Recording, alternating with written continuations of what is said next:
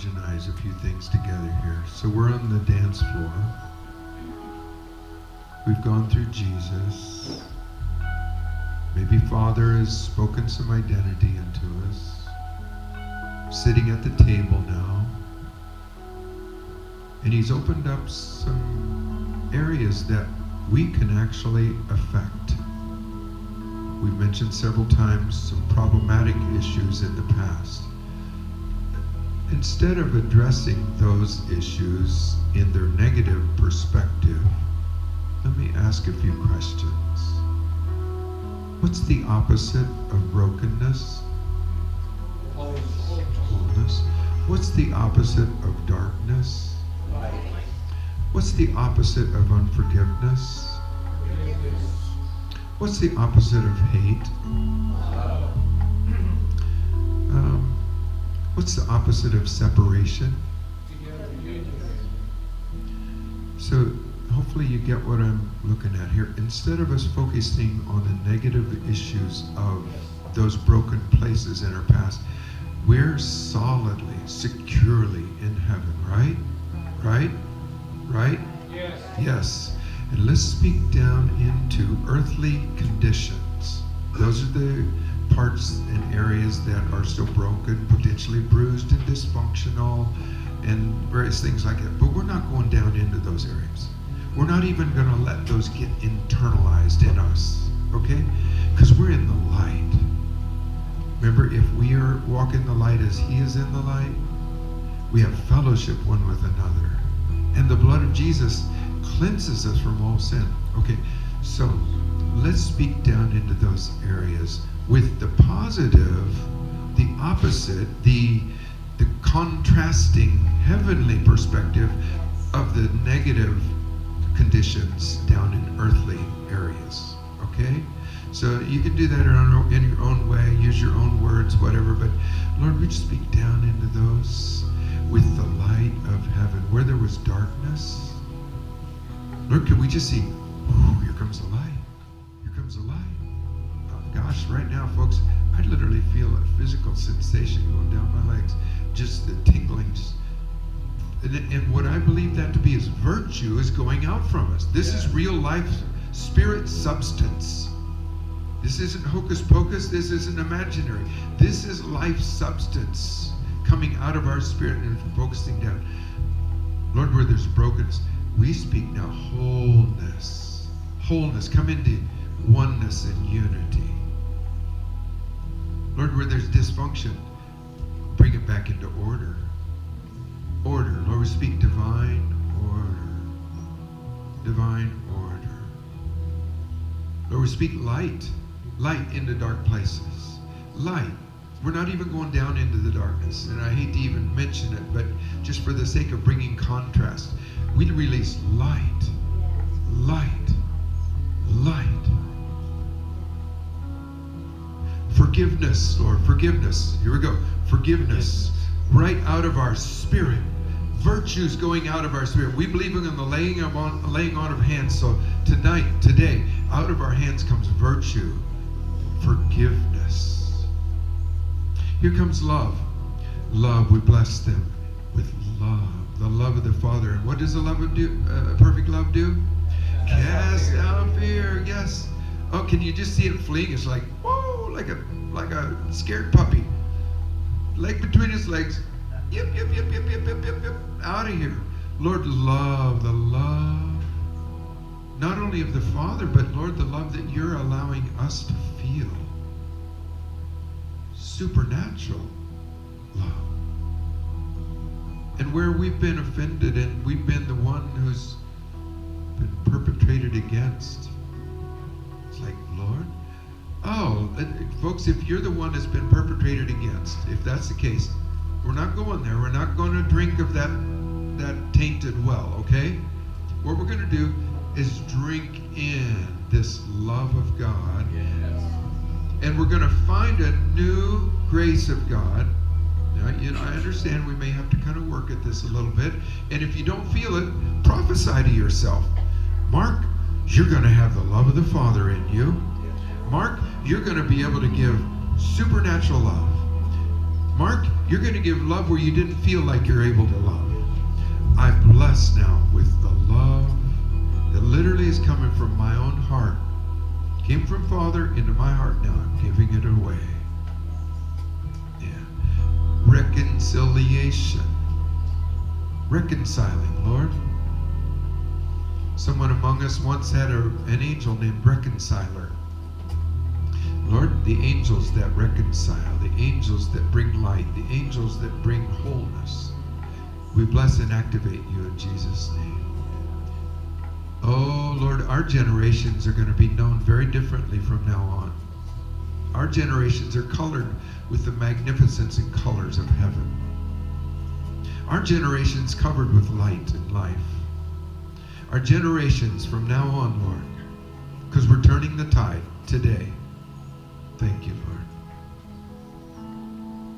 Folks, we all agree, the Bible says we have the power of life or death in our tongue. Or is that right? Is that correct? Yes, it is. So today, what have we chosen? Life. We've chosen life to release it in Jesus' name and call it forth. Okay. So we're going to do a little fairly significant transition, but I'd like you to stay in heaven. And let me set a few kind of parameters and invitations first. Remember a while ago when we were talking about broken places down in the earth area? And how did we rectify, how did we address those? Not by going into those, not even feeling the pain of those. We're staying way up here and we speak the opposite, the heavenly, of whatever the devil has perpetrated. Okay, because we're saints, sons and daughters of the living God. So we're going to step into the next level. Cheryl mentioned it earlier, and she mentioned the word governing. Folks, this is where we're going. Today we might be in kindergarten, but this is where we're going as the saints of God. I'd like us to stay firmly in heaven. We are not going down. We're not going to address demons, devils, darkness, or call it out. Okay? We're going to stay firmly in heaven, and we're going to speak over the turning of the tide that has happened in our political system and in our government and in our nation. So we're going to call out what heaven sees. What we're already seeing is I believe, the handiwork of God. Now, I understand this is a little potentially shaky territory. Not everybody has the same political views, but I'm sure you can agree with righteousness. Everybody can agree with righteousness. Everybody can agree with light. And so we're going to speak and release from our heavenly vantage point down into the political system, down into the government positions across the land, specifically in Washington, D.C. So, and I'm not sure exactly how to carry this out, but you may get some pictures as we move in, okay? But so first of all, Father, thank you for the invitation to come into heaven. And we did the first things first, which is the first commandment. Thou shalt love the Lord thy God with all thy heart, soul, mind, and strength. And we did that, Lord. Thank you. And Lord, your dream for us is to enter into co-rulership, co-governance with you. That's always been your dream from the beginning, from before the beginning, that you'd have a people that you could bestow all of your authority into. And Jesus, that's what you told the 70. I give you authority over all the power of the enemy. And so, Lord, thank you for calling us out, inviting us into things much higher than what we've been pre-programmed to from past eras of our life. We're now situated firmly in heaven.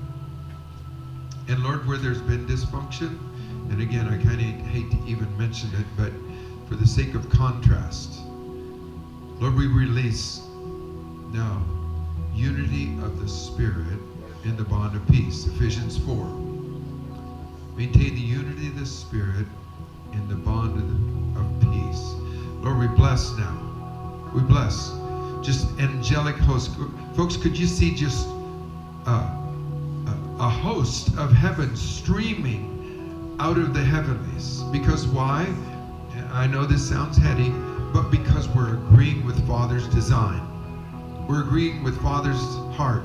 And the Bible says, and the angels delight to hearken unto the voice of the Lord. In other words, whatever they recognize as being the voice of the Lord, they say, whoa, I'm right on it. So Lord, we bless these angelic hosts to go forth, to bring forth unity, bring forth wholeness, shine light. Those, Lord, who mend broken places. Those, Lord, who bring harmony. Those who bring continuity, and Lord, where communications get shared. Now, folks, you're going to be up next, so just, and remember, we're all going to speak from the heavenly perspective, the heavenly vantage point, and the heavenly vocabulary that brings forth the kingdom down in earth places. So Lord, where the communication goes from one person to the next, Lord, we release angels that will escort that communication in the most heavenly kingdom way, so that it not only gets spoken and transferred, but received in the most heavenly and kingdom way. And he shall cover you with his feathers, and under his wings shall you dwell. And you shall not fear the arrow that flies by night, nor the pestilence or destruction that rules by day. You shall not fear, though 1,000 fall at your right hand, and 10,000 at your left, it shall not come near you. We're prophesying, prophesying, prophesying. For the angel of the Lord will be given charge over you in all of your ways. And the angels of the Lord will surround you and camp around you. So, how about we release angels that bring dreams? Dreams in the night, men, women wake up being absolutely revolutionized by a profound dream. Okay? So Lord, thank you for these angels. There's just tons, all kinds of angels. Right now we've got some mail to deliver. The mail is a dream that revolutionizes, changes the trajectory, or enhances a righteous decision, or it empowers one who feels disempowered. We bless in Jesus' name the angels that are delivering the mail of dreams. Heavenly dreams, third heaven dreams, righteous dreams, revolutionary dreams, dreams that empower, dreams that give direction, dreams that dispel anything that would resist. Okay, there you go, angels. You got yourself a little commission to deliver this envelope with some mail in it.